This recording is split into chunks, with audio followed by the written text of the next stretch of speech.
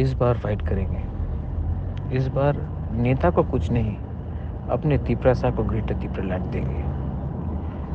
Compromise नहीं करके इस बार सब नेशनल पार्टीज़ को दिखाएंगे कि बुबागरा तैयार है आखिरी आदमी तक फाइट करने के लिए।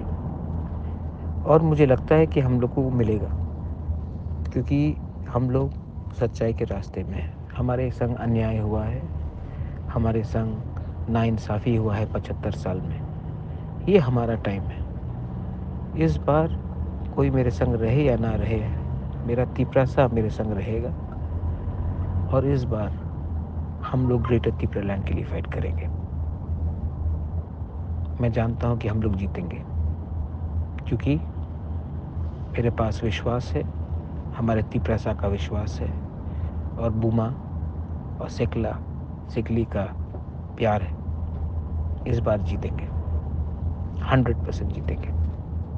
ये फाइट कोई एमएलए मंत्री के लिए नहीं है, ये फाइट हमारा बुकुंग बारा तीव्रता के लिए है और ये फाइट हम लोग जीतेंगे। इस बार हमारा सरकार बनेगा।